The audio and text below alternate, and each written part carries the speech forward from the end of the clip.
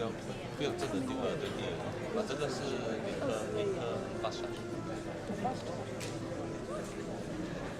所以地铁26Ladies and gentlemen, before the program begins, allow us to bring you through our emergency response steps. In the event of an emergency, an alarm will sound off. Please remain calm and stand by for instructions. Upon confirmation of an emergency situation, a second alarm will sound continuously. Kindly follow the instructions accordingly. Please evacuate in a calm and orderly manner through the exit nearest to you. After making your way out from this venue, please assemble at a designated car park and remain there for further instructions. Thank you.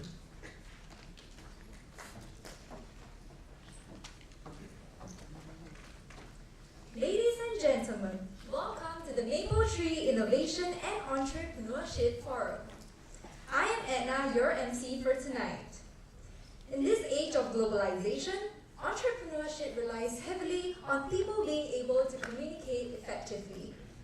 Without the right communication skills, entrepreneurs would not be able to sell their ideas, and graduates would not be able to position themselves as must-have talents. As such, only here at the Mapletree Innovation and Entrepreneurship Forum, you will get to learn trade secrets from a panel of top entrepreneurs. Without further ado, let us invite Professor Tan Thiam Soon, President of SIT, to deliver his opening address.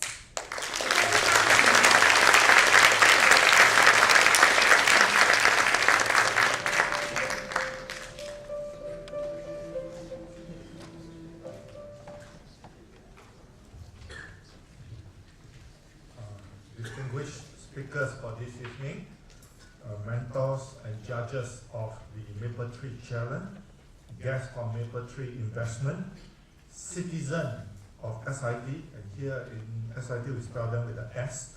Ladies and gentlemen, I'm really happy to be able to welcome all of you to the Mapletree Innovation and Entrepreneurship Forum. This evening's forum, featuring a panel of distinguished industry leaders, is the first public segment of the Mapletree Challenge, a new and exciting learning initiative at our young university. The Mapletree Innovation and Entrepreneurship Forum is conceived as a marketplace of ideas for sustainable innovation in today's world. This is a topic well suited for meaningful discussion, for it points not just to environmental sustainability, but equally important, social sustainability. The way in which economic and social practices must be designed to ensure the well-being of the people affected by them. I'm very excited for our students. In SIT, we call them citizens, spelled with the S, because of the opportunity they have tonight to explore this theme of sustainability through the lens of established entrepreneurs. Our panel of distinguished leaders come from the forefront of fields ranging from environmental sustainability to digital government. Their diverse expertise, experiences, and contributions towards higher standards of sustainability will surely make for a stimulating exchange of ideas. And I encourage all our citizens to make the most of the evening. Ask them pressing questions. Leave no stone unturned in engaging a speaker for their views and advice, which they intend and they will share generously with you. There's more to the Mapletree Challenge than this evening's forum. The first initiative of its kind at our university, the Mapletree Challenge is designed to provide a comprehensive suite of soft skills to our students, while broadening their creative thinking and horizons at the same time. Since October last year, our students have benefited greatly from personal branding and presentation art classes conducted under the Mapletree Challenge. Now, in this forum, as well as workshops in the months ahead, the focus will turn to entrepreneurship and the techniques needed to communicate an entrepreneurial vision, both passionately and persuasively. These learning events will culminate in the grand final of the challenge this May, where selected participants will apply their discipline-specific skills to generate ideas for sustainability and present an innovative, practical, and marketable plan to a panel of experts. As Singapore's University of Applied Learning, SIT strives to integrate learning with industry and community, and we cannot ask for a better platform than the Mapletree Challenge, both as an example of this ethos and as a way to encourage our students to maximize the value of their industry-relevant education. The Mapletree Challenge is designed to allow them to gain invaluable communication, presentation, and persuasion skills that will allow them to make an even bigger impact on their future workplace and communities. Lastly, and most importantly, I wish to say just how much we appreciate the support that Mapletree Investment has given the Mapletree Challenge in more ways than one. Mapletree has been SIT philanthropic partner since 2014 when it made possible the Mapletree bursary that has since empowered many students over the years to cope with challenging financial circumstances as they realize their aspiration and academic growth at SIT. At least 7 bursaries are awarded each year, and the bursary have made a difference in the life of 26 students thus far. So to our guests from Mapletree, a very big thank you once again, and to all who are here, I wish all of you an interesting and exciting evening ahead. Thank you.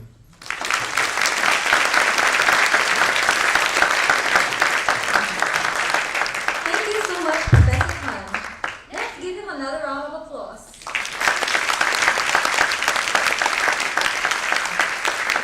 Now let's proceed to welcome our speakers for the Innovation and Entrepreneurship Forum. Joining us this evening will be Mr. Shamir Rahim, founder and CEO of VersaFleet Private Limited. Mr. VestAsia, Managing Director of AlfaTech and DVUCA. Ms. Ling, co-founder of FOU. Mr. Eugene, founder and Managing Director of Sirius Venture Capitalist Private Limited. Will be our moderator, Assistant Professor Victor Cole from Singapore Institute of Technology.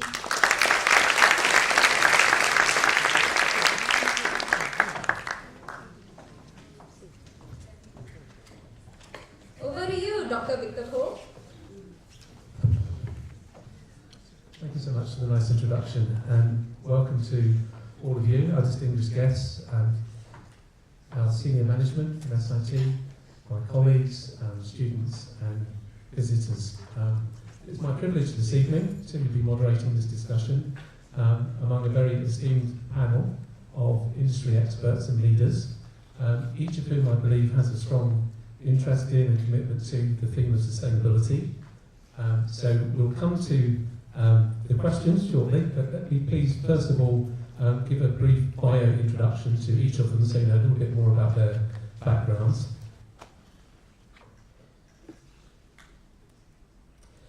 So Mr. Shamir Rahim is the founder and CEO of VersaFleet. He also serves as president of the Singapore Malay Chamber of Commerce and Industry and served on several national councils. He graduated in molecular biology as a university scholar and holds a Master of Science from the National University of Singapore. He was on the NUS Overseas College Programme at the Wharton School at the University of Pennsylvania. Zach Wilson is the Managing Director of AlfaTech and DVUCA in Singapore.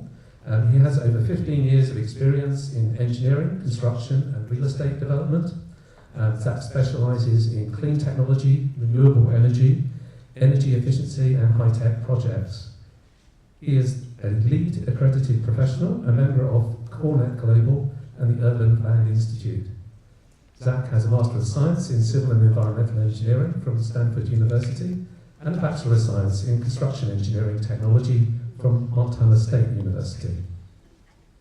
Nancy Ling is Director and Co-Founder of EcoU Private Limited. She is passionate about all things sustainability and in 5 years has been instrumental in building a company that is at the forefront of changing the landscape of Singapore's addiction to plastic.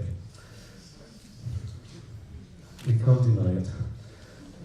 Prior to devoting herself to EcoU, Nancy worked in both the public and private sectors, serving in organisations including the National University of Singapore and Hyundai Motor Company. Eugene Wong is the founder and managing director of Sirius Venture Capital, a venture capital company, and he is also chairman of CrimsonLogic and global eTrade services and vice chairman of Japan Foods Holding. He is a board member of APA and Enterprise Singapore, and he is also a chartered director and chartered financial analyst. So I think you agree I have lots of expertise, very relevant to our area of interest on stage this evening. Perhaps I should also give mention to the fact that today, the 20th of March, is quite an auspicious date in that it has been designated the International Day of Happiness by the United Nations General Assembly. Back in 2012, they made that proclamation, and they here recognise the relevance of happiness and well-being as universal goals and aspirations in the lives of human beings around the world, and the importance of the recognition in public policy objectives. It is also recognised the need for a more inclusive, equitable and balanced approach to economic growth that promotes sustainable development, poverty eradication, happiness and the well-being of all peoples. So it's a happy coincidence, if indeed it is a coincidence, that today is the 20th of March. And I think what's going to be shared this evening will align very well with the goals that were set out in that proclamation by the UN. So I thought, first of all, before getting to more general questions which can be open to anyone from the panel to contribute answers to, I might have more directed questions to individuals to give them an opportunity to say a little bit more about the nature of their business interests and particularly in relation to innovation and sustainability. So if you wouldn't mind, I'd just like to begin with Shamir.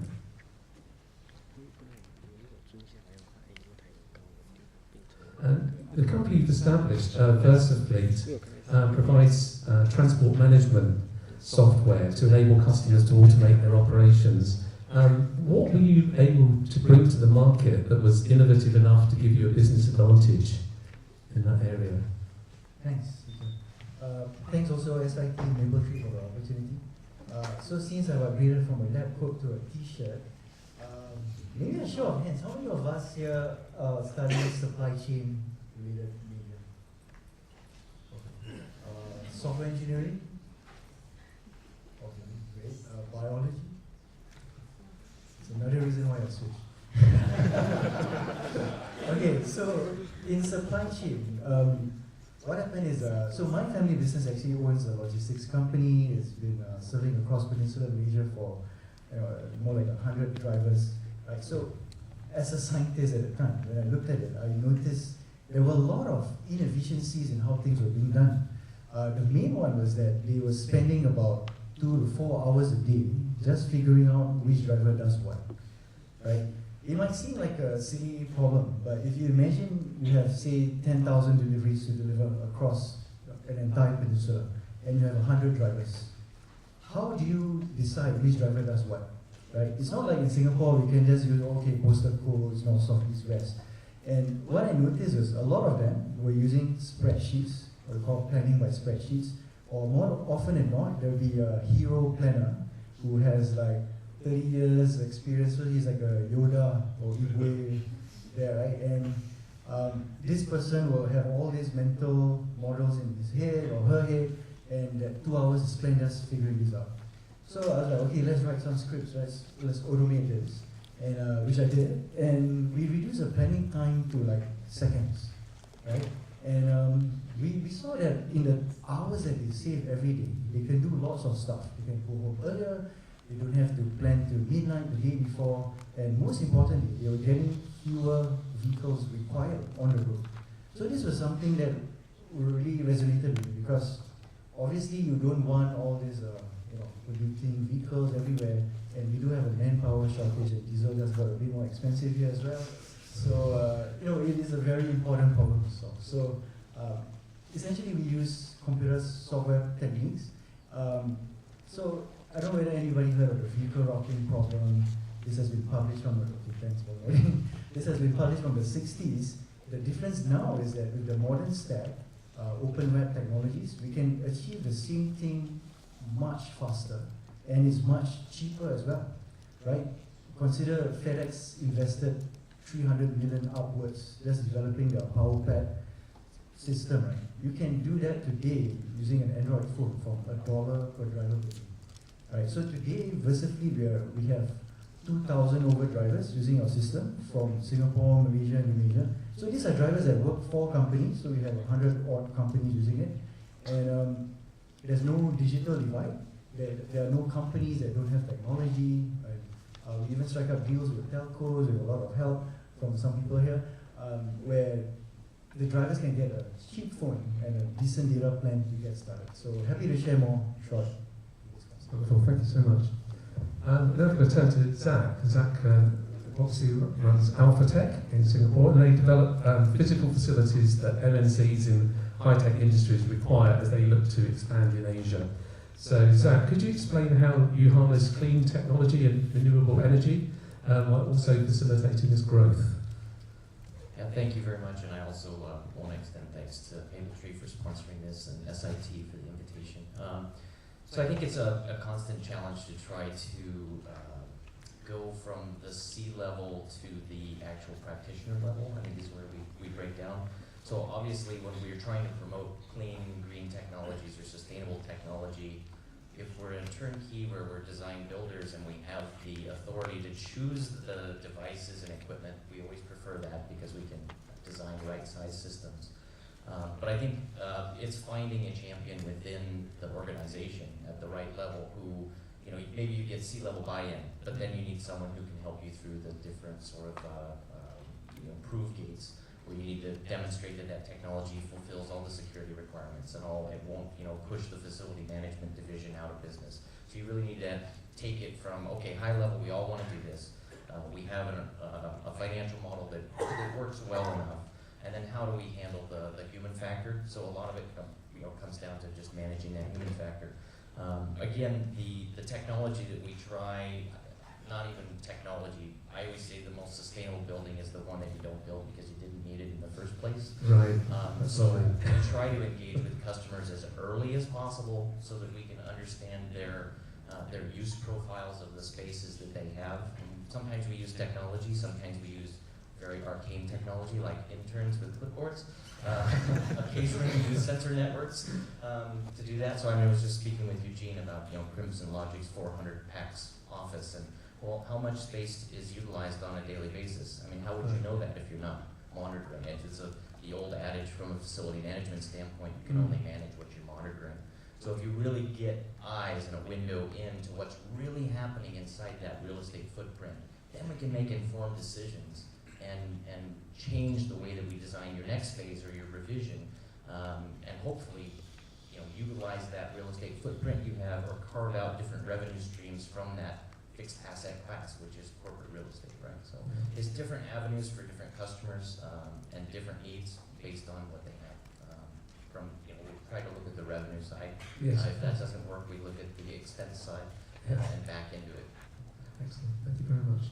And now turning to Nancy, your company very interestingly produces disposable cutlery and tableware from sustainable plant-based sources through a process known as upcycling, so not recycling, but upcycling, and such that one of your sugarcane plates will completely decompose 90 days after burial, which is quite a claim. I don't think I would decompose quite so fast, not after all the preservatives I've consumed in my lifetime, so that's quite a claim. What challenges did you face getting the local market to accept your products? Because, as you say, we are rather addicted to plastic. Thanks, Victor. So, thanks also to Mapletree and SIT for the invitation. It's great to be here. It's a great question because when you have a business, it's really interesting how your challenges evolve over time. So the challenges that we faced 3 years ago are not going to be the same as the challenges that we face now. So maybe I can start with a bit of an anecdote. I came to Singapore about almost 9 years ago. Wow. And Singapore was a different place. Honestly, it was a different place 9 years ago. I came from Sydney, and Australia, I'm not sure if you know, but it's quite an environmental company. People there are really conscious about the environment. And when I came here, I was truly amazed by the volume and the nature of packaging that was used here. So there was a day, I remember it distinctly because it was almost a turning point in my decision to co-found EcoU. I was at a place that sells, I won't name the brand, but they sell stuff on skewers. And when I came from Sydney, that was super exciting to me because there was just a bunch of exciting new foods on skewers. You know, that's a great concept. And so I ordered a bunch of stuff, a lot of stuff. And every single one of those skewers was packaged into a plastic sleeve, and everything was put into a gigantic plastic bag. I was like so overwhelmed. I could not believe that this was what this country was used to. And so that was kind of, like I said, it was quite a turning point because I kind of decided, wow, like even if you wanted to have a sustainable alternative, there isn't one available. So why not me, right? So that was a key decision to establish EcoU, and I think that initially one of our challenges was that we wanted to make something beautiful because Singapore is addicted to plastic. People are not going to inherently change because they deep down are committed to sustainability. People will change though if they see something beautiful. So our initial challenge was to work on converting people to sustainability through good design. And so one of our initial challenges was actually just finding factories that were able to produce the things that we wanted to make at the quality that we expected. There was a lot of struggle at that point in the early, 12, 18 months. But then, we had a great range of products that were established, and so at the next phase, it was really about breaking even, just proving the concept is workable. And so at that particular point, we had the next challenge, I guess, in our growth was really about education. How do you convert so many people to sustainability when they had been, everyone's used to plastic and foam for such a long time. And now as we move to more of a aggressive growth stage of the business, I would say, I think our challenges are fighting copycats, I would say. There's a lot of copycats in the market, and some people say that imitation is the highest form of flattery. Well, if you're in my position and people are trying to ride on your success, it's a bit hard to swallow. So I think that's something that we're aggressively trying to address, and also to have the right talent as well, to have the right talent with the right self-leadership to take the business to the next level.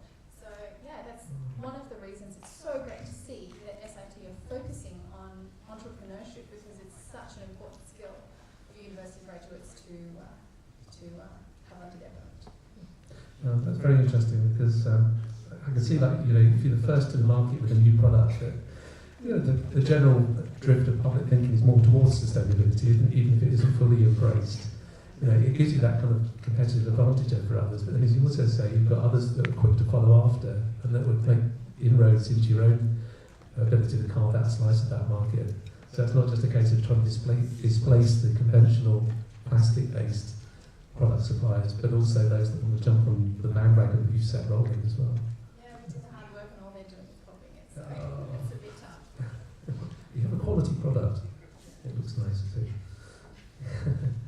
Okay, so Eugene, as a venture capitalist, and that's one of the hats you wear, but I know that you're also involved in other companies in a senior capacity. And in one of them, CrimsonLogic, it also offers or promises innovative and sustainable services for efficient governance. And so I thought this would be an interesting point in which to broaden out the thinking about sustainability a little bit, away from just purely environmental thinking. And as Prof. Tan mentioned in his opening address, we're talking also about economic and social sustainability. But I know CrimsonLogic is actually quite involved in providing technological means of improving governance. Would you ever explain a little bit more of that to us? Thank you. Okay, good evening, everyone. First of all, I think I'm here because of Mapletree. I'm on the board of Singapore Cruise Centre, which is owned by Mapletree. And when I saw the list of senior management of Mapletree coming, I think I was a little bit worried. And Chairman Mapletree is here looking at me. So hopefully he will still offer me nice wines the next time. Yeah. But thank you for SIT also for inviting me. I think for CrimsonLogic, journey has been pretty amazing. It's a Singapore story. I think our ex-minister of IT is here, Dr. Yaakob. We started as a Singapore-owned company, started by 4 statutory boards, TDB, PSA, Singtel, and CAS. And it was formed because at that time, some of us may be around, in 1985, we had a major economic recession, and the then Minister of Trade Industry, which is our current Prime Minister, kind of decided that one of the ways to transform our economy was to reduce customs clearance and license clearance. So we formed a government project called TradeNet that reduces custom clearance from maybe about 5-6 days to maybe about 20 minutes to clear. And we were the world first, what we coin now as single electronic window. So through IT system, we were able to not only to make businesses more efficient, government bodies more efficient, but also using this platform to sell, to be example and lead the world. So today, WTO would encourage any developing country to have a single window in order to not only improve governance, reduce corruption, and ease of business activity, kind of usage. And we have sold to almost about 16 countries all around the world, pretty exotic like Saudi Arabia, Rwanda, Kenya, Oman. So I think we keep having to transform IT systems, and not only is it in trade, but we also have a judiciary system. We were the first to build the world's first paperless court system. And probably around 3 years ago, we just developed License 1. So now, whatever license you apply to the government, it's done by CrimsonLogic. But I think IT plays a huge role in trying to increase governance and increase efficiency, because a lot of mistakes are done, are human error. And I think one of the ways we have been successful in doing that is through selling the notion that digital transformation can help improve governance. So that's the Crimson story here. Fantastic. It's a really rich and interesting story too. And while I have you here next to me for a moment, and I ask you to put your venture capitalist cap on, because I think a lot of people, are somewhat awed by the idea of venture capital, and seen as the money men, the backers, the people that make things happen ultimately. But I know that's a very, very kind of crude characterization. But I think there are a lot of young people here, particularly, that maybe aspiring entrepreneurs would be interested to hear more about the venture capital angle, and particularly how young entrepreneurs should go about approaching venture capital firms such as your own. I'm blessed to be in the venture capital industry for almost 20 years. I graduated from a local university, not as good as SIT. And I went back to the Navy. I took a scholarship with the Navy, but I left. I was always uneasy about working in government. Because there's always a ceiling. And I thought I don't think I enjoy being chief of Navy. So and it was because of family, because I see my captain of the ship having to leave for days out at sea, and they're doing such an admirable job, but my wife doesn't quite support this notion, so I left. But I was a finance student. My major is finance, and I love finance even when I was studying my O-levels. My father kept asking me to read the newspaper to improve my English, but I always read the last page of the Straits Times. In those days, it was the stock market page, and that intrigued me, And I was intrigued. I come from a humble background, so I was intrigued in the whole notion of wealth creation. So I studied finance, and I left the Navy in 1998. And as you can recall, also 1998 was the worst time to join the finance industry. And I applied for this VC job, and it was a blessing that I got the job. I had good mentors, and the team, the mentors. Without mentors, you can never reach anywhere successful. I had the ex-CFO of Singtel as my mentor, and the chairman of Singtel, and a VP of HP, who were my partners, who were guiding me. So I think being in any journey takes, sometimes you never kind of predict where you will head to, but the passion of what you are doing kind of guides you and drives you. But back to the question of venture capital, it's not just about money. I think today Singapore has done a great job in transforming our ecosystem into a venture capital hub. And today, if you're going to start a startup, it's quite easy to get a seed round funded. If you go to Enterprise Singapore and many step boards, they will look at you and fund you. It's not about money. I think it's about what to a VC. This is like trade secrets. I always get scolded by my industry friends. It's really about the motivation, behind why this entrepreneur wants to do this. Because we are always afraid that if you fund you take the money and you at least a good builder and build a very this not will be not Jack, but you spend the money and you just waste all the money that the VC has put in. And I've encountered startups that have done that. So it's motivation of why you are doing the startup. And most of the time we are looking for the hunger. Okay, so I give you an example. About 4 or 5 years ago, and it's not about knowing the VC, trying to convince the VC with your impressive presentation. 5 years ago, I was in Hong Kong.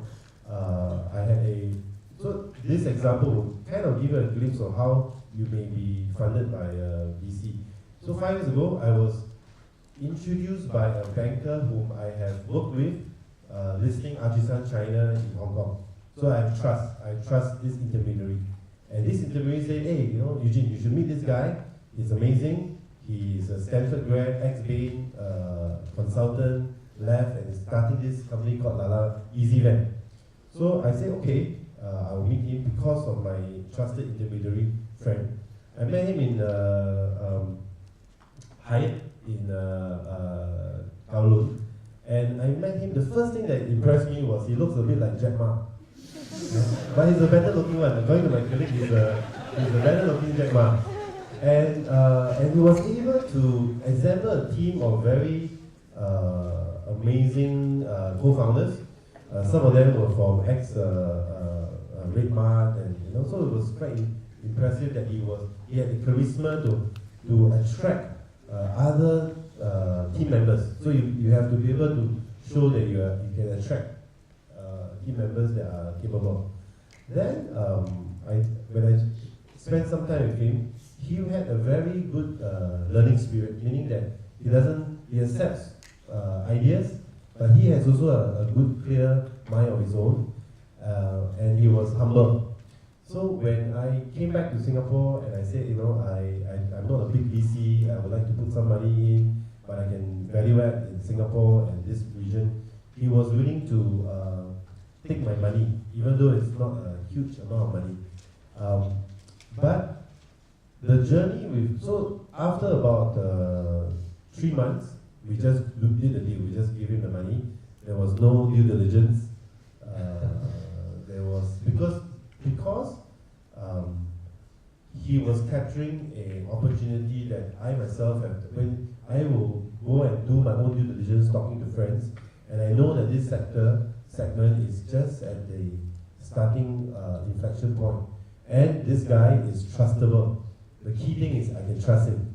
And he is, I can work with him. And the rest is history. Today he has raised close to about $300-400 million. The last time it was valued is it's really a unicorn. But there are also other stories that I made, mistakes that I made, which I think we can share later. Okay. Off stage later. Okay, thank you so much. I think this has been slightly touched on already by Zach, who's sort of mindful of the financial challenges of trying to get a sustainable product into the marketplace and get people to kind of buy into it. But I just wondered if I can ask the panel more generally, and anyone can obviously respond to this question. How do you get clients to see the value of a sustainable approach to developing products or services, particularly where that entails extra cost? Ladies first. Okay, so I think for us, like I said, to break Singapore's addiction to plastic, it wasn't something that was going to happen from within.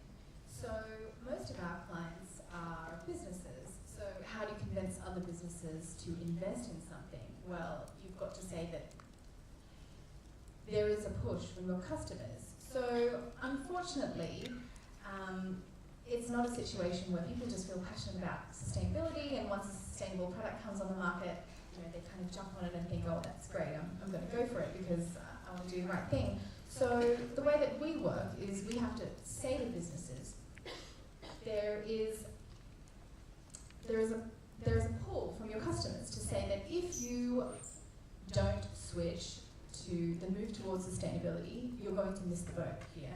And it's just a matter of time, in our opinion. So do you want to be a leader in that, in pioneering that, or do you want to be a follower? That's our perspective. I think for us, you have to have vision on the sales side, and you have to have enough vision and charisma to imbibe those values into the customer, right? The only reason why we are not more adopting sustainable technology is because the economic models that we use to price things are very poor at actually putting the right value to that. So we might know what it costs, but we really don't know the value of that thing. So what is the cost of a styrofoam container that floats down the Singapore River and ends up caught up in a drain, and then a whale eats it and dies in the Philippines, right? So what's the cost of that? How do we intrinsically put that value into the cost of something? So I think we're very poor at putting, this is Andres doing these great things. We just don't know how to price things in this market because there's so much inefficiencies and taking advantage of loopholes. So I think trying to get people to understand that, hey, we're paying for this one way or another. We may not see it in our pocketbook today, but we're definitely paying for it. And I think we see that with the effects of climate change. Now, rainbow sunshine sales pitch there. What it really comes down to, you have to have vision on your side, and you have to convince somebody who actually has the authority over those financial resources to believe in that vision too, and say, look, obviously great to have it customer driven, right? So that's the best place to start. But if you can get somebody to realize, okay, yeah, I know what it costs, but what's the actual value here?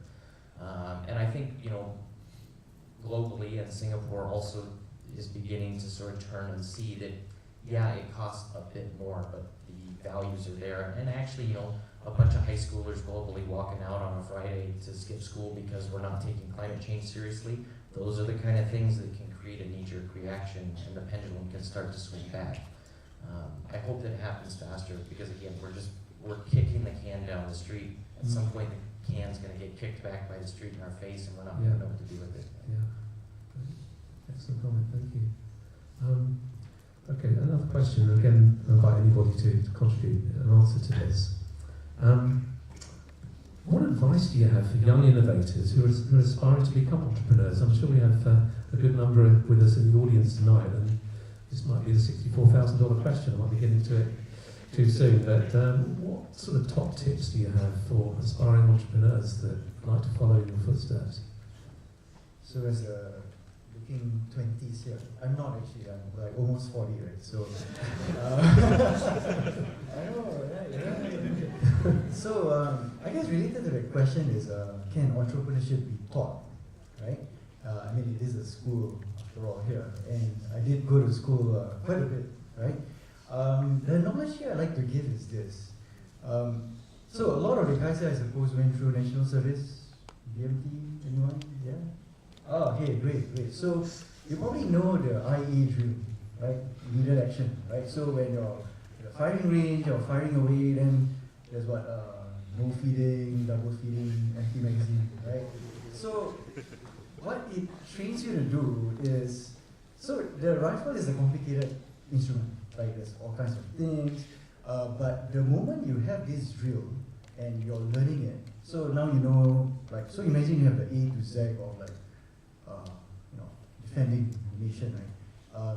Does knowing this IA drill mean we'll win every war? Of course not, right? But knowing this helps you react very quickly.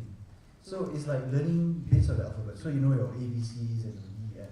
So knowing that in an intense, high-pressure situation, you don't have to think. Immediately like, oh, okay, it's not firing, I'm going to do this thing, right? So it's the same thing in education. When you're an entrepreneur, you're always under pressure. Okay? You're out of time, you're out of money, you have kids to feed, you've got yourself to feed.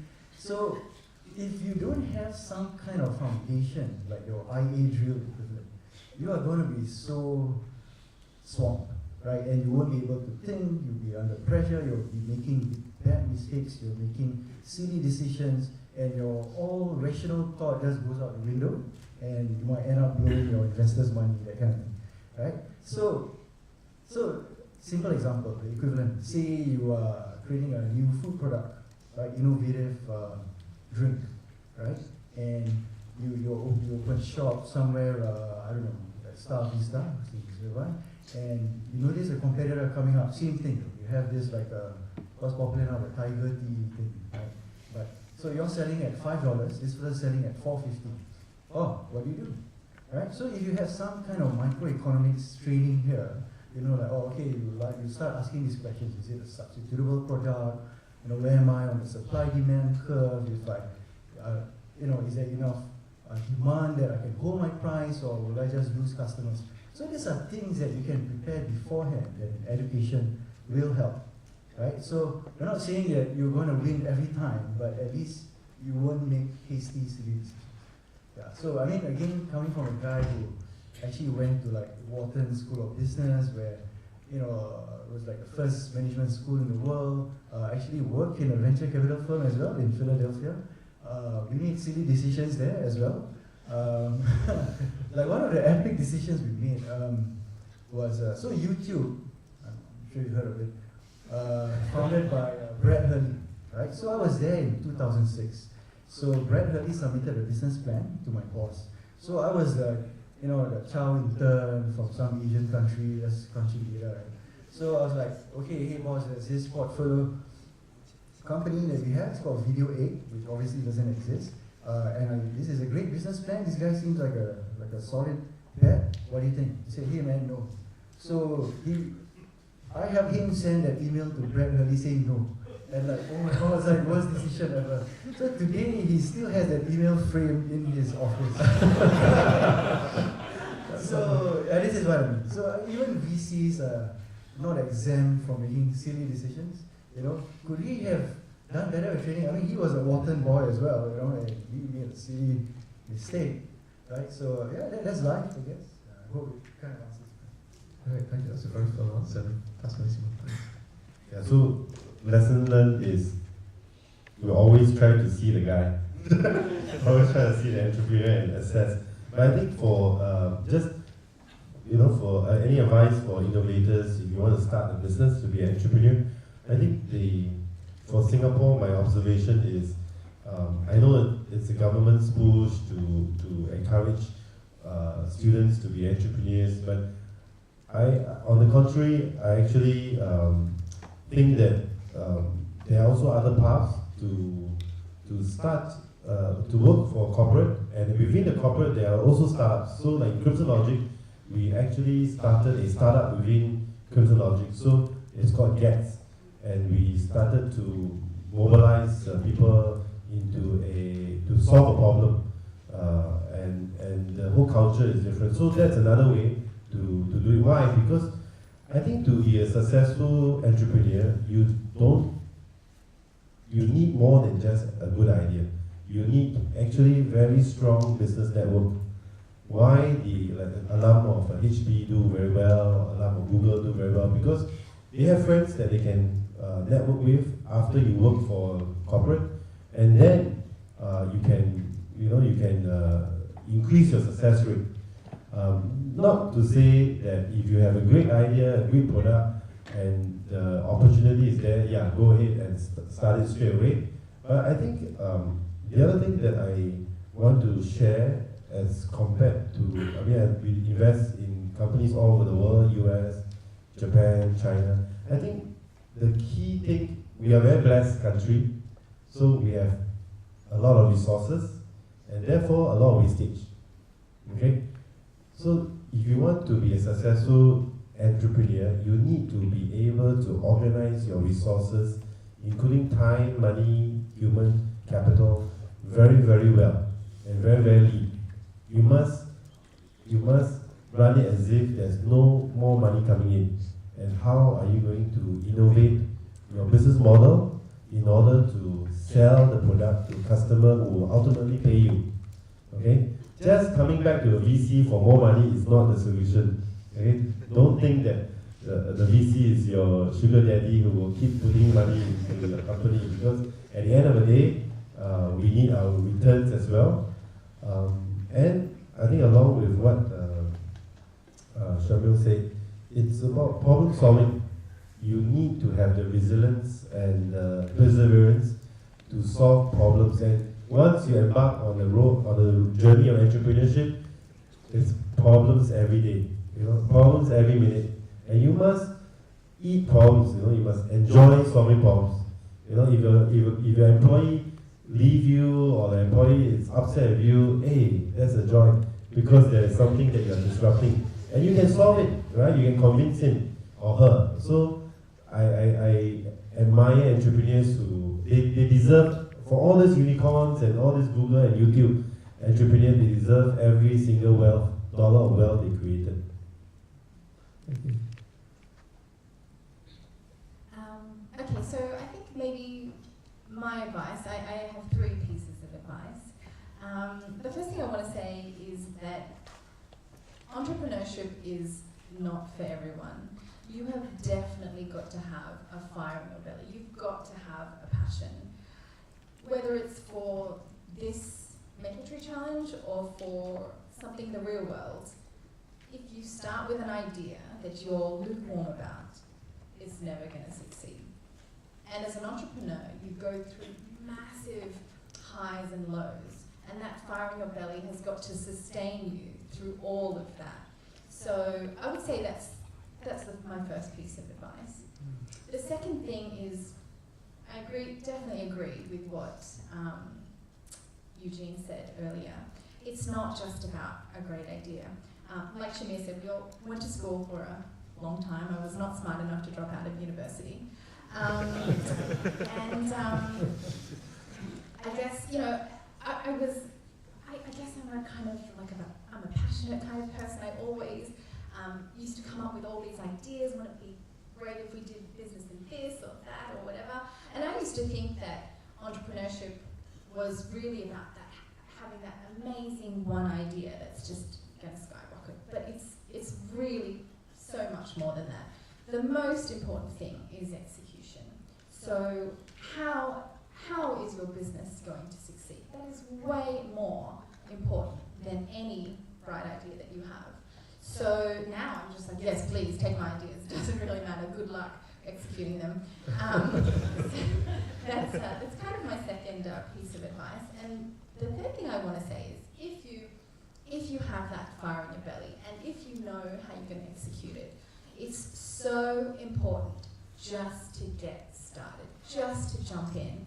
All of the things that I have learnt on my journey, I could not have learnt sitting in a room writing up a business plan, or, I mean, there's great value in that for sure, but you will never have a learning experience like you will have once you get started. So. This would be the hour seminar, just that question alone, I think. So, several different things. I think when I was in my undergraduate degree, I was playing jazz piano, and I was kind of listless. I was taking some tough courses like Morse Circle. I don't think I still understand that completely. And I was like, this happened. I just want to play jazz. And she's like, okay, that sounds like a great idea. She goes, does everything else in your life make you want to vomit? I said, well, not really. I do kind of like engineering. She says, okay, then don't be a jazz piano player, because you only do it if everything else makes you physically ill, and that's the only thing you can possibly do. Right? So I think there's some part of that. I think just being realistic, being flexible is another big piece. I mean, we have done a lot of different businesses, and I think one of the faculty was like, oh, you're so broad, you're doing so many different things. It was because all of them make money. You have to be constantly shifting, and sometimes to fund what you think is really important, you have to do some other things that are pretty mundane, just to kind of keep the wheels turning. So I think being humble in a way that enables you to see an advantage, like, well, is this really my core business? Is this what really fires me up and I'm going to tell my kids about later? Yeah, because it was what helped me do the stuff that I really believe in. So I think not being so, I think pragmatism plays an important role, for sure. And then the flexibility to see, like, okay, well, I thought this was a great idea for this, but maybe there's another application for it, or listening to mentors is another big piece, but it takes twice as long and costs at least twice as much as you think it will. And you have to have supportive, a group of supportive people, whether it be friends or your family or mentors or what around you, because there will be challenges, and you need to have that support, because it's an emotional journey as well. I mean, the other thing I would say to entrepreneurs is don't just focus on left brain stuff. Read the classics, read Shakespeare, read Sufi poetry, read things that focus on big picture and the humanity of what we do. Because if you're just out to do well for yourself, you should go become a banker. If you really want to do good, try to focus on what's actually important, which turns out humans are what's really important. Yes, it's great to get a clear from the humanities angle of things and the value that adds to any enterprise. I'm also kind of curious about what you as business leaders can do to kind of create the conditions for innovation within your companies. I mean, you may take somebody on as an intern, you may take them on as a sort of fresh graduate and have a very specific kind of role in mind for them. But is there anything that you can do, in your leadership in the company, or the conditions you make available to fresh hires, maybe our students, our graduates, that would serve to spark some sort of innovative flair within them, rather than just fulfilling the job description? I promise I can be quick. So we have a lot of, in our company, we have a lot of people who quit after 3 months, or people who have stayed with us for 9 years, and we're a 9-year-old company. Yeah. So, and that's because they come in, we push people, even interns, we say, hey, here's an impossible problem we've been dealing with, can you solve this in 8 months? And I have 3 SIT interns right now, and we took 3 this time because the 2 were so good last time, we offered them both jobs. So, okay, one's a Navy officer and the other one went back to school some more, but we'll get them back eventually, we'll convince them. But that, create an environment, be willing to take risks, and be willing to push. We want to push you. We want you to feel empowered and enabled to do things, and do them in, with guidance, but do them in a way that you want to do them. Because if we think, I'm not quite fossilized old man yet, but I'm getting pretty grouchy. I become more and more around myself every year. But enabling the younger generation to do things and solve problems in a way that makes sense to them is an important piece of getting the most out of your people. That's fantastic. Nice. Deep deputization. Deep deputization. Yeah, I agree. I mean, so VersaFleet is slightly younger. We're like 7 years old as a company. So we have like 20 odd people, and we find ourselves having like core values now, right? So empathy, clarity, curiosity, audacity. So curiosity is a big deal because we quickly learned that in supply chain at least, there are no set terms in the industry, right? So like third-party logistics means completely different things to different people. Like some will say I'm a 4PL and a 3PL, therefore I'm a 7-party logistics, like what, 4 plus 3? You know, so you have things like that. So we encourage everybody to ask. In fact, I encourage my team to question me, like on things that I make. So yeah, sure, founder, CEO, but doesn't mean you know everything. Half the time, I tell my team, I might not know what I'm doing, right? So it's up to them to also contribute. And we empower a lot of our people. Like about a couple of years ago, we sent an intern from a local school as well. He took a leave of absence. So I was asking him like, okay, what was your plan? He said, nothing much yet. I said, okay, you know what? We are setting up an office in Korea, maybe. How would you like to be posted there for like 6 months? He said, done. So I literally packed him off. At first I told him it was 1 week, and then when he found out it was for 6 months, I actually met his parents at the airport to send him off clothes. You know, so he did a great job there. He was like a 3rd year undergrad, right? Turned it into a profitable operation, had a couple of hires. We still have an office there, Pangyo Valley, you know, and I realized that the use today is no use trying to spell out what is to be done. And I find that an effective way is to just, you know, point in a vague direction, like take that hill, you know, and they figure things out. You know, you rush up the hill, you go sideways or what it is, right? And I just basically give them a budget. Do not blow more than this amount. Get it done by this deadline, and yeah, go figure. You know, and the creativity will just flourish. Well, it's very empowering. Yeah. Interesting. Exactly. And I think projects like what we have here is a great immersion into what they will probably experience in the workforce. You know, probably be folks like us who just. I hope they do meet folks like you, because it seems like each of you has that kind of very positive vision of the value that can be obtained through, you know, the skills, the talents of students, graduates within your organisations. I'm mindful of the time. We've got about another 10 minutes before we go to a direct kind of audience interaction session. I'm sure there must be sort of questions bubbling away out there already. But I also am curious whether you actually have questions for one another that, you know, you would like to pose each other before the larger audience kind of jumps in with their interest. I mean, are there any particular points of interest or connection you'd like to explore with others within the group? Or? One for Zach.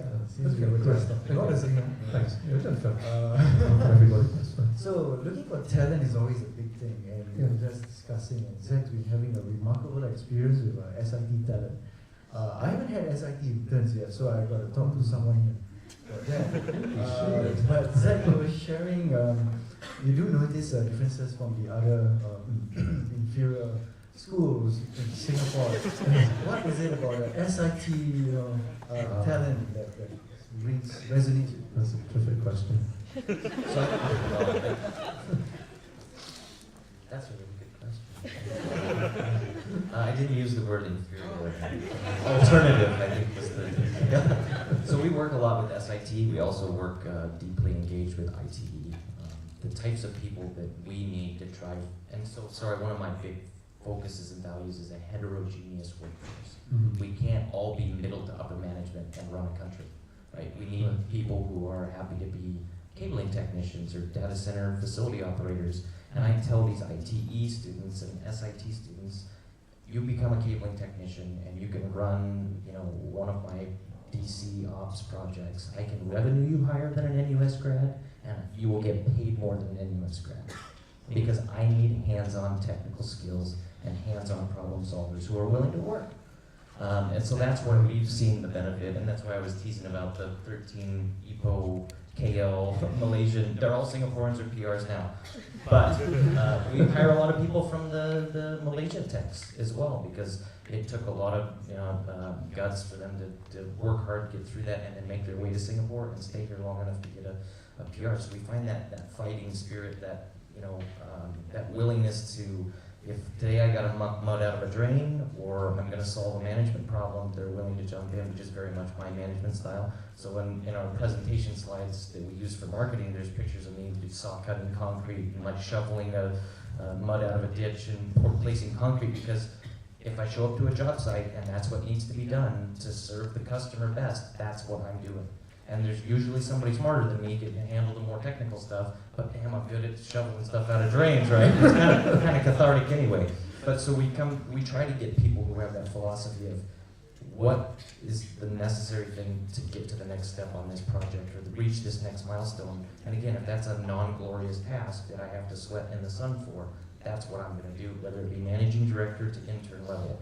If you have that spirit, you will find a very empowering, exciting, and really versatile sort of assignment. So I think that's where we've benefited from SIT, and I think the staff and faculty here has been very in-depth engaged with our firm as well, which has been really remarkable. So hats off to you all. Oh, that's wonderful, thanks. So pleased to know there's that kind of obvious mutual benefit to both parties. Nancy. I have a quick question, kind of for everybody. Thinking about your businesses when you established them and what you thought your business would be at that time to where it is now, what's the journey been like? Is it, I mean, of course it's not going to be smooth sailing, but is it where you thought you would be? Did you have to completely change course? How's the journey? Having arrived, how did you get there? So, completely changed course all the time. But I think the key thing is really, there's a common guiding principle, which was I enjoy working with entrepreneurs, and I would like to fund and be involved with companies that will try to change the world, in a big way. But when I started, I was focusing, I started venture capital when I was in 1998, so I wrote the internet boom and also bust. I remember I was management of a company that I invested, and we got approval for listing from exchange. And the day, a few weeks before we launched, Yahoo made money. And when Yahoo made money, everybody realized that, hey, it's so expensive, the PE is like in the thousands and it doesn't make sense. And internet stocks collapsed. And we were all, we all did very badly. But when I started my business, I did focus very much in Singapore, and it's capturing opportunity because that was the internet flow. Then I went to China. In 2002, that was the China boom, So they asked me, they called me a PayPal venture capitalist, and I will go every month, every other week in China. And I managed to get involved in the China consumer boom, and I invested in Artisan China and helped them to list in Hong Kong. Because in those days, no one kind of believed that you can list a chain ramen store. Many of them want to invest in state-owned manufacturing firms.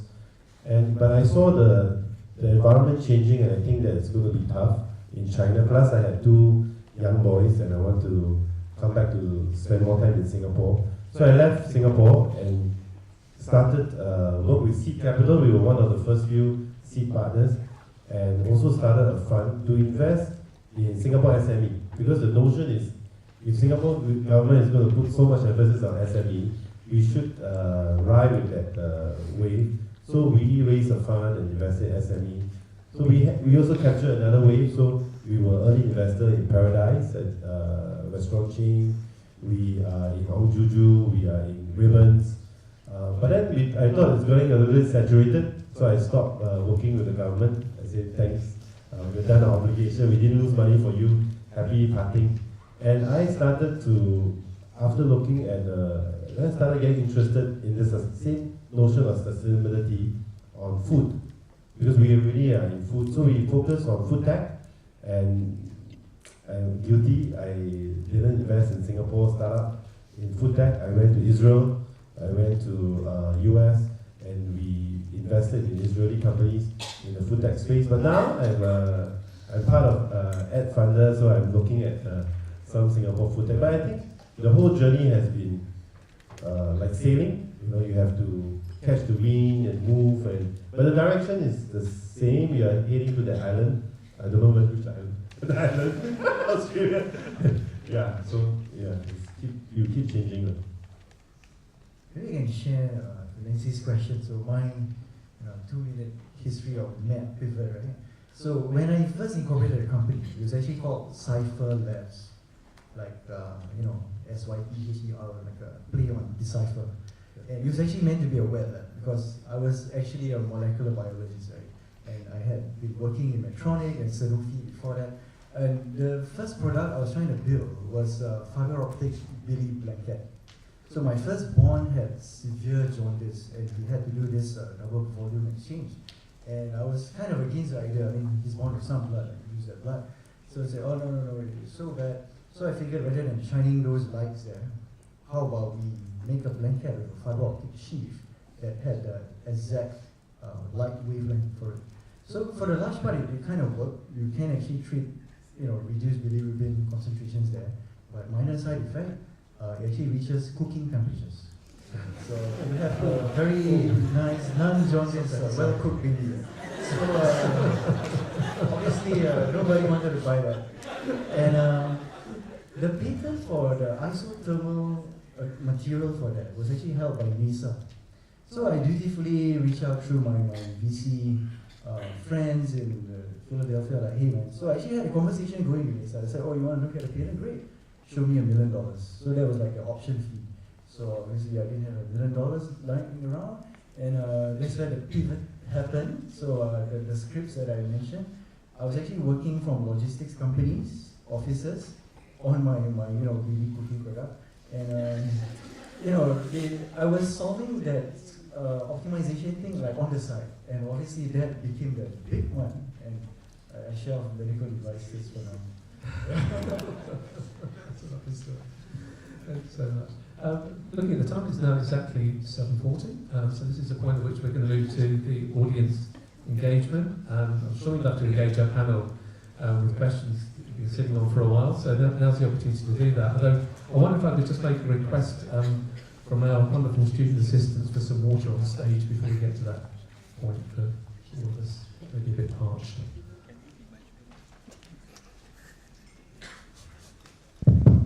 Maybe the water's forthcoming. Anyway, questions? We have some mics in the audience there. The gentleman down here with the blue shirt. Can we get a mic to him? There are a couple of mics in the aisles. Thank you. So I actually have a question for each one of the forum speakers, but I think in order to cut time short, right, okay. Last two. Okay. One is for Ms. Nancy and the other one is for Mr. Eugene. Okay. So the first question for Ms. Nancy, right, is I noticed that for your company, right, EcoU, there is sort of a it is difficult to penetrate markets, right? Considering that there is this inertia for people to use biodegradable products, right? Considering that we have for the past like 40 years, right, or 50 years, the culture in Singapore has been consistently using that. So how do you open doors, right, to such big companies, right? Because I understand that you have some clients like Facebook, for example. I think it's very remarkable. So what actually was the biggest factor that contributed to you opening doors to clients like that, corporate clients like that? And how would you go about doing that? And that's the first question. Second question actually for Mr. Eugene. I think it's very flattering that you say that SIT is a Catholic university and another university that starts with the letter N. Thanks for that. So, yeah, the question is actually, how do you actually define a good investment, right? Do you look at, what's the biggest component that you look at? Is it the market feasibility? Is it based on data? Like for example, if the startup has really shown some sort of data, like in terms of people that are interested in using the product, things like that? Or do you look at other data. Exactly what makes you tick, right, when it comes to investing in a startup. Okay. I think what you're really asking me is to tell you my trade secrets. How do we convert our clients? So it's a pretty tough question. I will say that for big multinationals that we've worked with, we are lucky that a lot of these companies have CSR departments, and we happen to have a first mover advantage in that space. But like I said, the landscape was not the same when we started six years ago. And it is, I really don't have a magic answer. The reality is we had to slowly chip away and chip away and chip away at people's mindsets. So it's really about that perseverance. If you can imagine, 6 years ago when we approached, I don't want to name our clients, but 6 years ago when we started approaching these bigger clients, people in purchasing departments had no idea what biodegradability was. They had no idea what compostability was. They had no idea about all of these words that are important to sustainability, and we had to just persevere with that. And I think that is really truly the answer. There isn't one thing that we said like, Facebook, hey, did you know that LinkedIn was doing this? You should copy them. It didn't work like that. So it was just really a matter of perseverance. Now there is a wave of sustainability that's coming over Singapore, and I think people have this fear that if they don't ride that wave, they're going to be left behind. But yeah, in the beginning it was really just about perseverance. Okay, I think there was. I'm glad that you mentioned, that I said SIT is a great university compared to where I went. I want, 2 years ago I came. I was studying the president. 2 years ago I came as part of the Harvard Business School mentorship program, and I mentored a group of SIT students. And my experience with them has been amazing. They are down to earth, practical, hardworking, and having a learning spirit.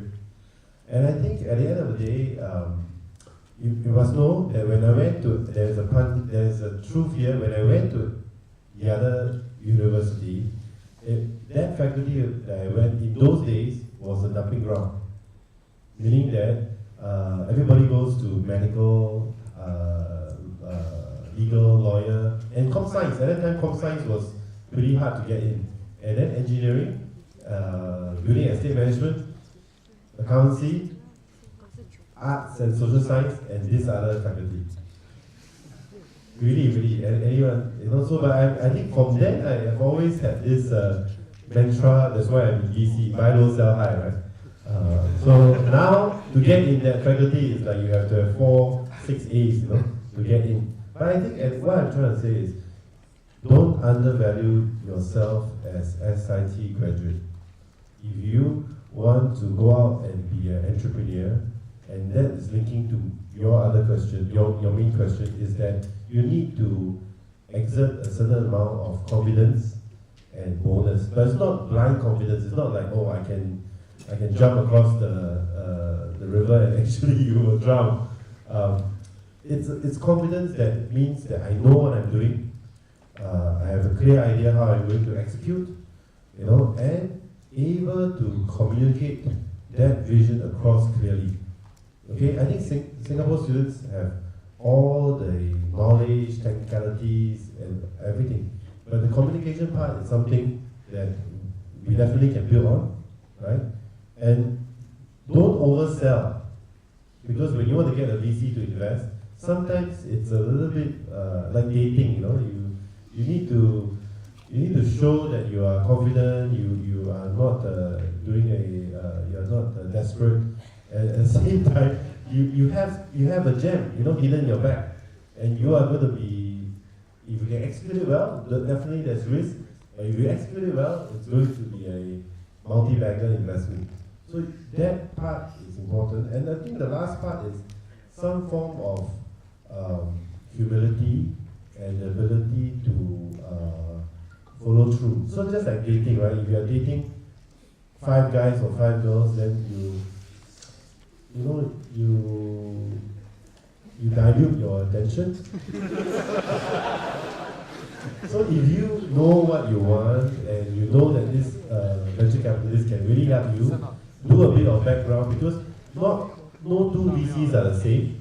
They can value add differently. Like I'm in food tech, I can value a bit more. You ask me to invest in another segment, biotech, life science, I will know nothing. So do your homework and then have a certain amount of sincerity, talking to them, convincing them. But if the VC says you get signs that they are not interested, step off. Don't keep, just like dating, don't keep pushing, right? Because they are not keen already. But you can still be friends.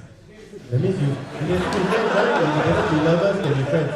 So you just tell them, by the way, I'm launching my product, I'd like to invite you, how have you been, I noticed you invested in this company, oh, congrats, just maintain friends, because they don't come in seed, they come in Series A. And when they realize they miss a great deal, even Series D they may come in. You get what I'm trying to say? So that's my advice. What about the analogy? Further questions from the corners of the room? Thank you. The gentleman here is second one. And from here, gentleman in the red shirt. I think this gentleman was first. Gentleman here, up here with the second one. Okay. Oh, sorry, the mic is already in the AlfaTech part, and I didn't see the mic had reached you. Sorry. Hi, good evening. My question is open to all the panelists. I was wondering what you guys think that the government could do to encourage more sustainable innovation.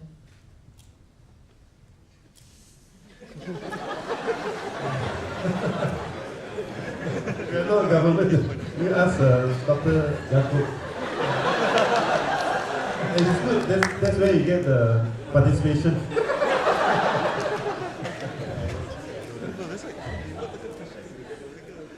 A misdirected question?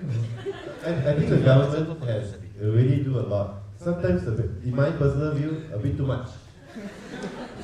Because, in fact, one of the things that I look out is, this startup took a lot of money from government. Because if they take too much money from government, it's a little bit like you have too much pillows, it's too comfortable.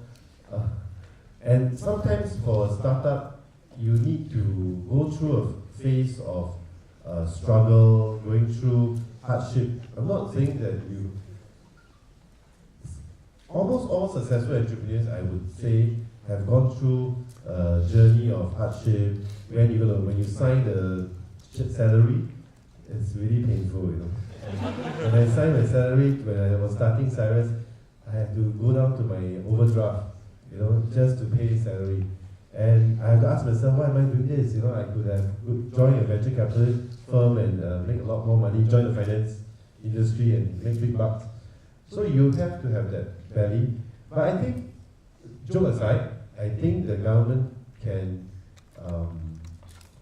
help to, being government all over the world, will always promote and showcase Singapore's success, right? I think it's good for more exposure for Singapore innovators to visit countries all over the world. There are innovation centers, which I believe the government is doing, and have an honest benchmarking on your innovation. Because as a VC, we do benchmarking all the time. So we will ask this question: if this is founded in Singapore, is there another innovation in Israel? Is there another innovation in US, in China, in Japan that can be better than Singapore innovation before we want to put our money there? You know what I mean? So I think benchmarking, comparison, deep studying, deep dive would be good for government to facilitate, although I don't think it's the government's role to do it. Thank you very much. Thank you, sir. Hi, start, I'd like to introduce myself. So I think it's courtesy. So it's like, my name is Aloysius. I'm in the CrimsonLogic degree.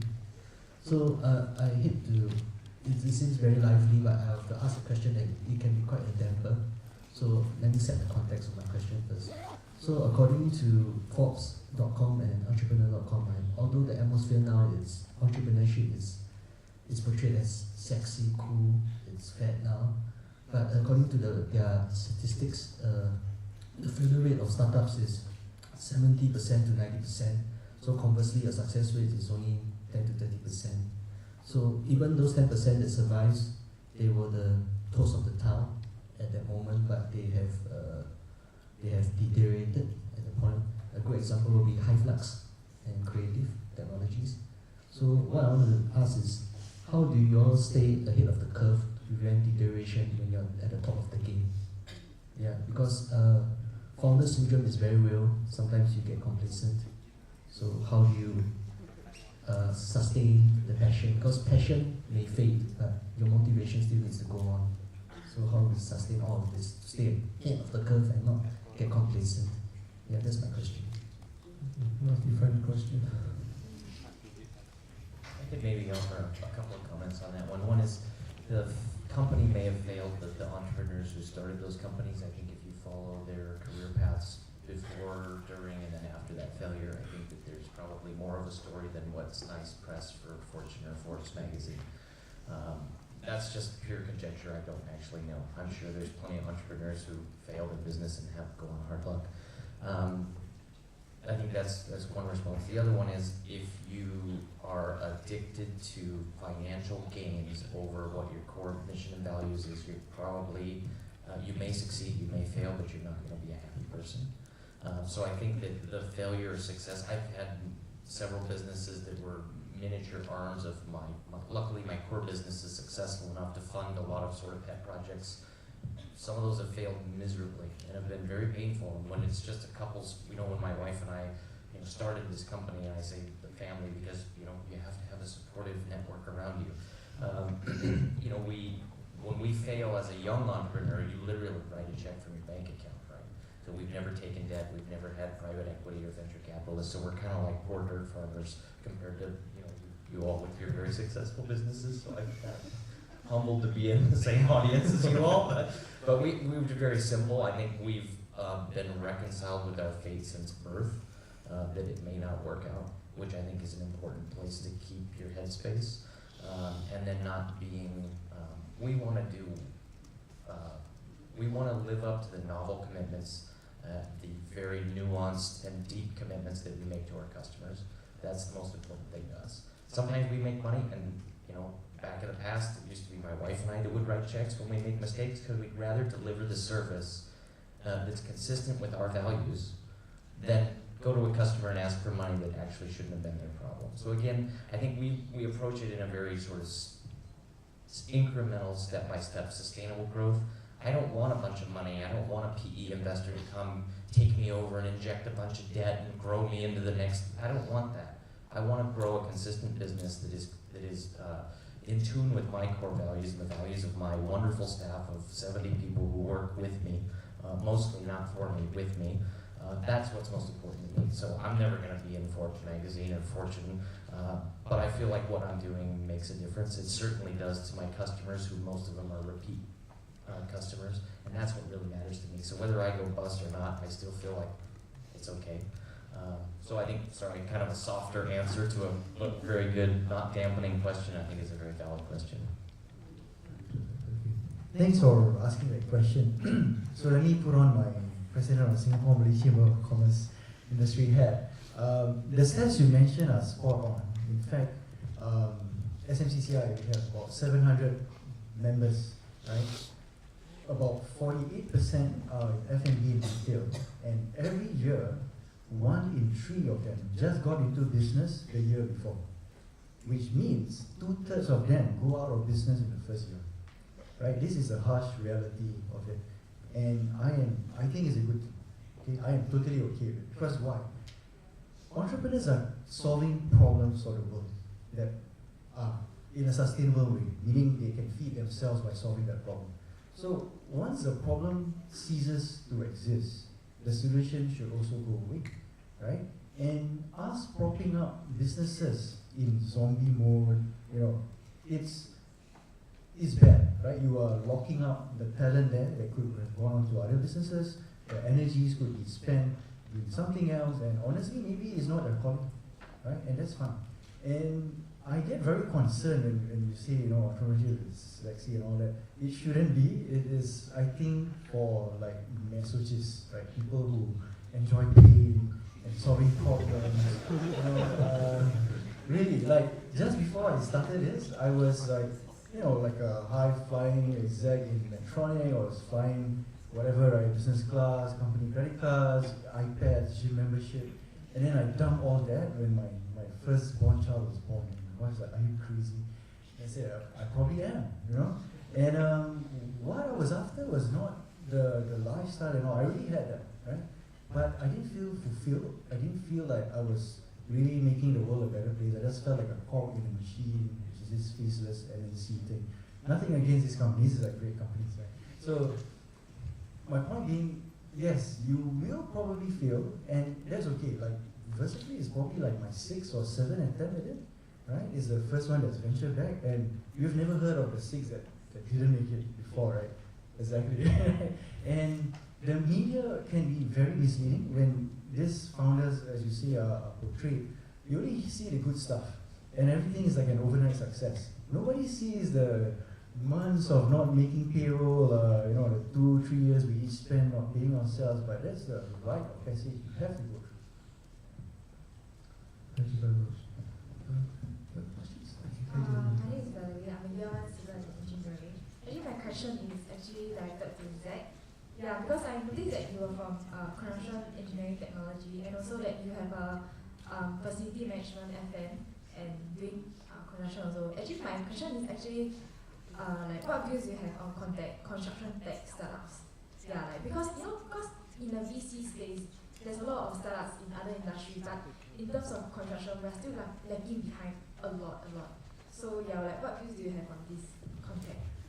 Yeah, I think that's a problem, or a problem set that we're all struggling with. I mean, we still place concrete in very similar ways than the ancient Romans did, and now we're actually reverting back because we use so much more puzzling content, right? So we're not using Vesuvius ash anymore, but it's the same principle, right? So we're actually reverting back to 3,000-year-old technology. Very interesting. We need that for Greenmark too. So I would say that the technology needs to solve a problem for the customer, right? So when you build 1 million HDBs that are exactly the same, but that's maybe not meeting the customer's desire, right? So this prefabricated, they're building up in Tampines and up just west of Salida there, they have these pre-modularized buildings. It's a beautiful idea and it's a beautiful technology, but if it's not really fulfilling people's needs in the way that, architecture is a very design, construction, the built environment is something that you interact with in a very intimate way. It's not like it's not a simple transaction, right? You sleep there, you eat there, you raise your children there. You take your meals there with your family. You sometimes take care of a family member in palliative care in that home.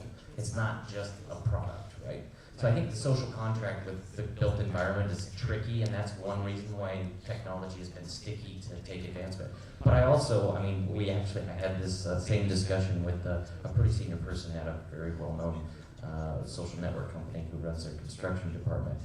The screw gun is the biggest technical development in construction in the last probably 100 years. And that's just sad that the screw gun, right?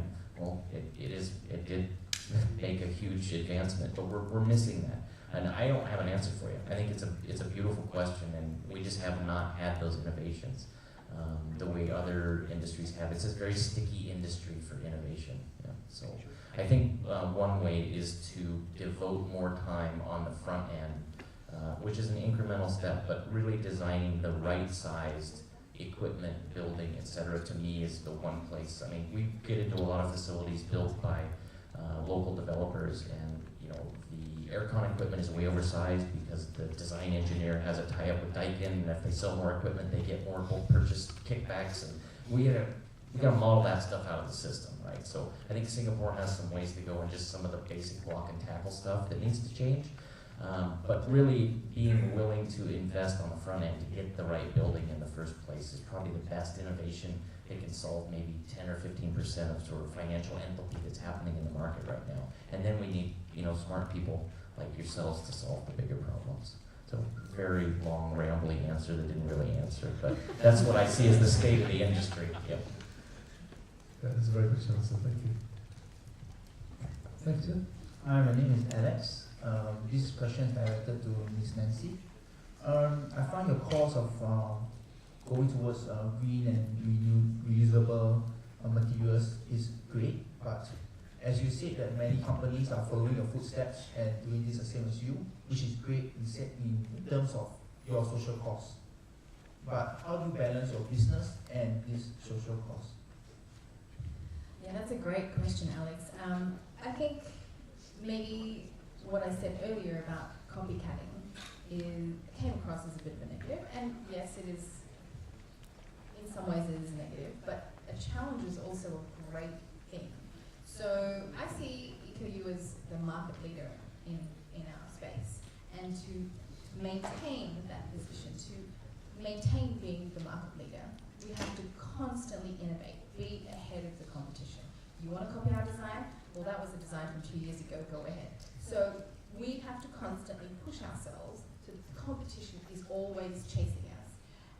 And I think that's one of the great positions that we're currently in, because we have all these external forces to continue pushing us along. And I think maybe to answer this gentleman's question from a bit earlier, how do we kind of maintain that drive?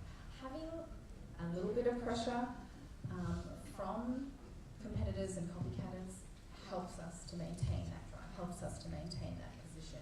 So it's a great, having copycatters is a great thing for sustainability in general. More products are in the market, more people are converted to it. But it's not a death threat to us.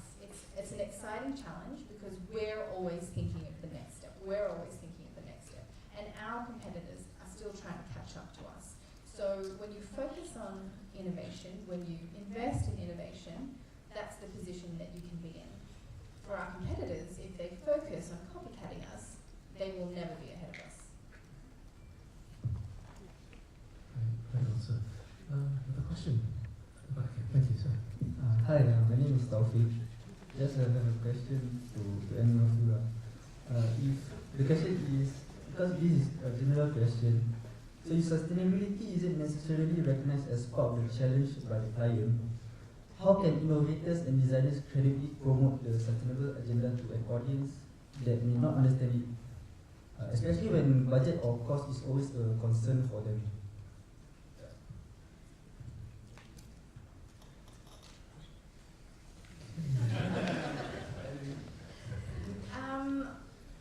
I think I might just plagiarize Zach's answer from before. I think when you say, sorry, your question was when cost is a concern. So I think,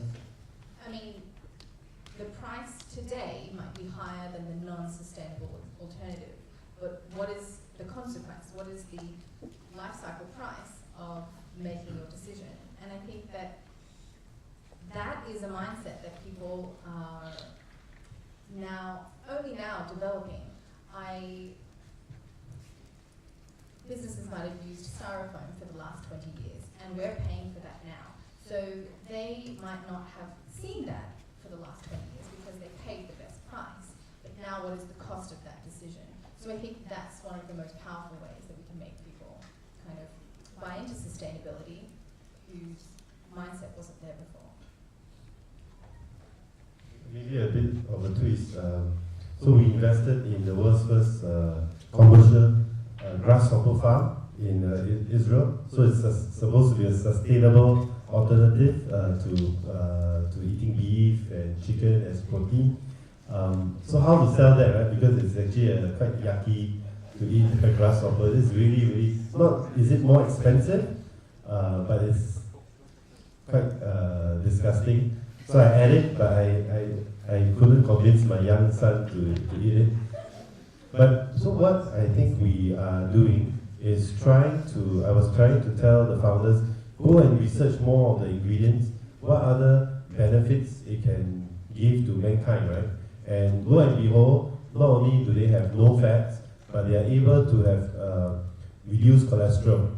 So I tell them, is there any more ingredients that can prevent cancer or live longer?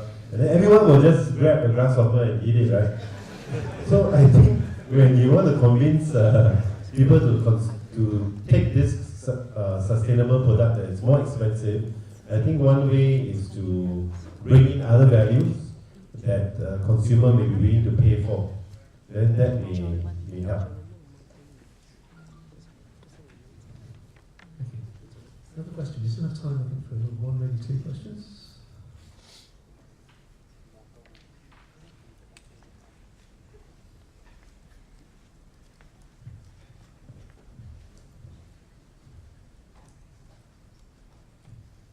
Maybe while waiting for, I also like to address the question about failure, right? I think I do agree that there is that if you're not ready to be an entrepreneur, don't jump into it. It's good to be practicing entrepreneurship projects like this. I think it's good to give exposure. I think a lot of us will one day want to be an entrepreneur, but we may not be ready yet. One characteristic to test yourself whether you are ready to be an entrepreneur or you have what it takes is when you embark on a journey, I think all of us, we enter into this journey to win. Whatever is a problem, we want to win. If we are chill and doesn't matter, then you have to leave. Your company will definitely go bust. You must have the spirit to win. However, we must have and you must have very positive, almost extreme optimism to be an entrepreneur. Meaning that even if you fail, you must say that, you must be able to accept failure and say, it's okay. I did my best, I solved a problem, it didn't work out, we move on. Okay? Then you are ready to, at least you are ready to embark on this entrepreneurship journey. If you are not really able to face your good friends and tell them that I failed and I lost all the money that I had, then don't be an entrepreneur. Thank you, Eugene. Opportunity for someone to formulate another question. Is there another answer?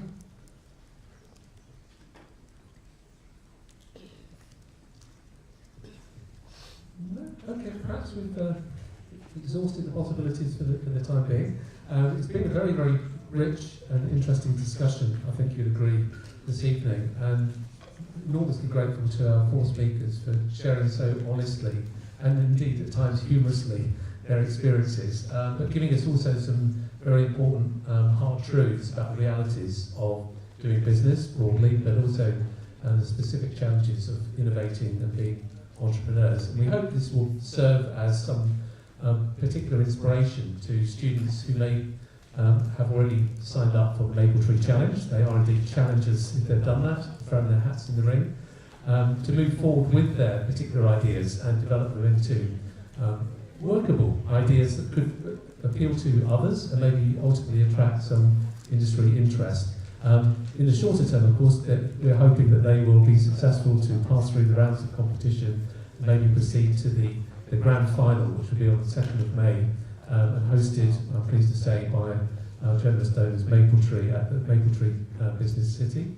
So we have a very prestigious venue for the final, which is a judging session for the final 5 teams. But prior to that, on the 3rd of April, we have a live presentation session for the top 10 teams that will be picked from the submissions, which will be due Friday this week. 22nd March is the deadline to get your slides and short video pieces into our portal so that they can be judged in a preliminary sense.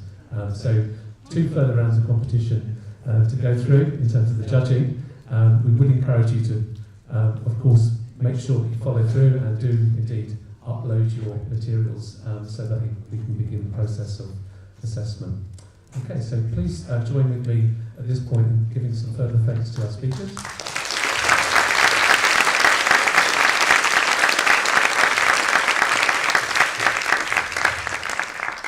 I know we have some tokens of appreciation that will be distributed shortly, but before we get there, we've got a short video interlude for you where we actually have some footage of recent Mapletree sponsored events under the Mapletree Challenge, and I think you'll find this.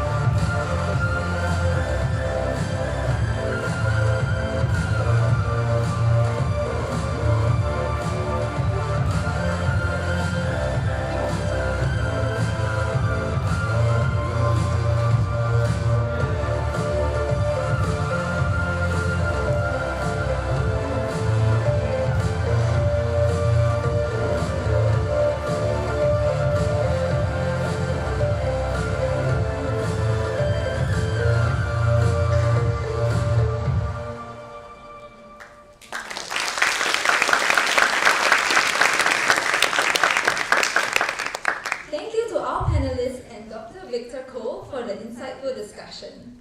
We would now like to invite Professor Tan up on stage to present a token of appreciation on behalf of SIT and Mapletree to all the panelists. Professor Tan, please.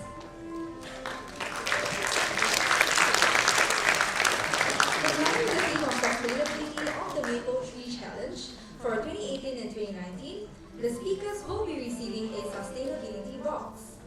This contains the phone stand and speaker made from recycled wood pallets. This is not just an ordinary phone stand, as it was designed and made right here at SIT's Makerspace. Mr. Shamir Rahim.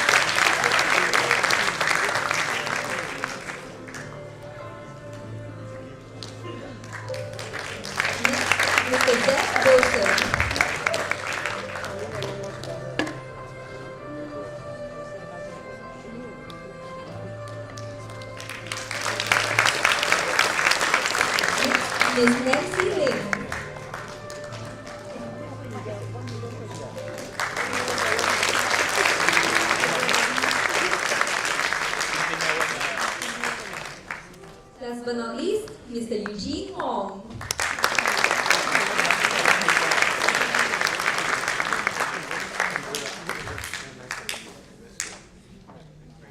A round of applause once again to all our panelists. Thank you, Professor Tan. They asked us to remain on stage to present a token of appreciation to Mapletree Investments for making possible the Challenge at SIT.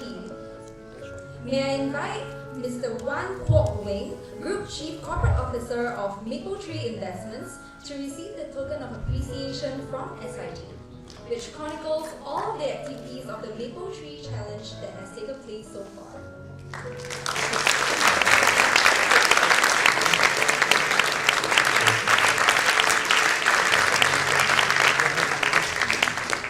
And now Mr. Wong will present a token to SIT from Mapletree Investments.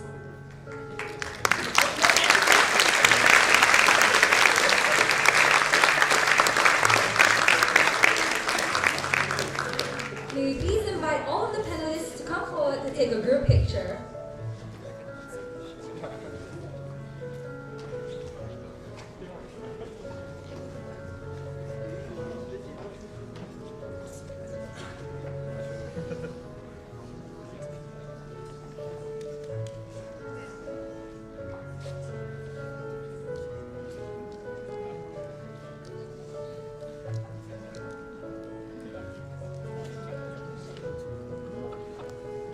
Thank you, everyone.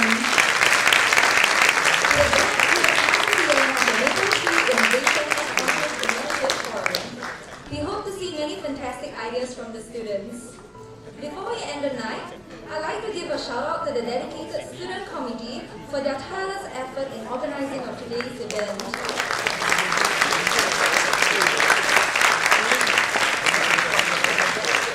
Special thanks to the SIT Senior Management, SIT Center for Communication Skills, SIT Advancement and Alumni Division, and Dr. Eunice Yu for her guidance.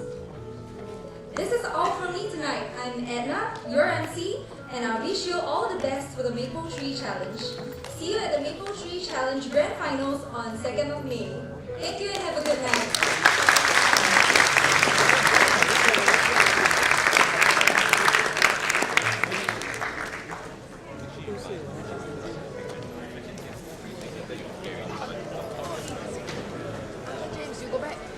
Go out and say it's good. Ah, it's good. 8 a.m. morning. Did I just block you?